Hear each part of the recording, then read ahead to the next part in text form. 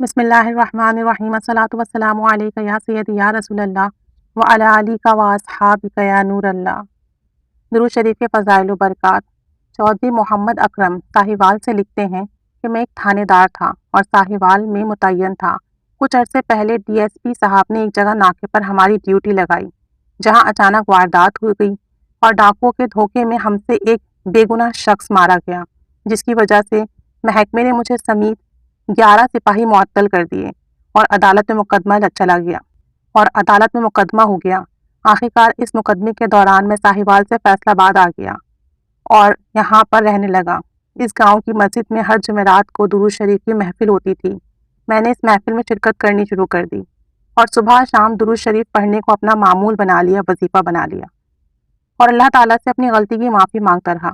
آخرکار جب ایک رات میں محفل سے فارغ ہو کر گھر گیا تو اچانک محکمہ پولیس کی جانب سے مجھے فون آیا کہ عدالت نے آپ کا مقدمہ خارج کر دیا ہے اور محکمے نے دوبارہ آپ کو نوکری پر بحال کر دیا ہے۔ یہ سن کر میری خوشی کی کوئی انتہا نہ رہی۔ میری آنکھوں میں خوشی کے آنسو آ گئے کہ درود شریف کی برکت سے اللہ تعالیٰ نے میری دعا سن لی اور مجھے دوبارہ نوکری پر بحال کر دیا۔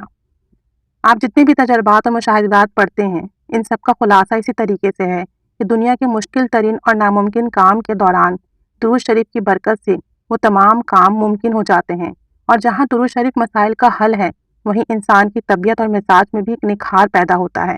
انسان میں محبت جوش مارنے لگ جاتی ہے اور پھر وہ درود شریف کے رستے کا مستقل راہی مسافر بن جاتا ہے۔ یہ محبت کسی کسی کو نصیب ہوتی ہے۔ اگر یوں کہوں کہ ایسے لوگ خصوصی طور پر چن لیے جاتے ہیں تو یہ غلط نہیں ہوگا۔ آئیے ہم سب بھی محبت سے درود شریف پڑھنا شروع کر دیں۔ اللہ تعالیٰ آپ کو بھی ہمیں بھی منتخب کر لیں اور ہم سب کو درود شریف کا رستہ دے دیں اور ہم اس رستے پر مستقل مزاجی سے اس کے مسافر بن جائیں۔ اللہ پاک ہم سب کو کثرت کے ساتھ درود شریف پڑھانے کی توفیق عطا فرمائے، آمین بجاہ النبی آمین۔ اگر کوئی بھی مشکل میں ہے تو ایک بھی کوئی سا بھی درود پاک چن لے اور کثرت سے اس کا ورد کریں، انشاءاللہ عز و جل مشکل حل ہو جائے گی۔ صلی اللہ علیہ محمد صلی اللہ علیہ وآلہ وسلم۔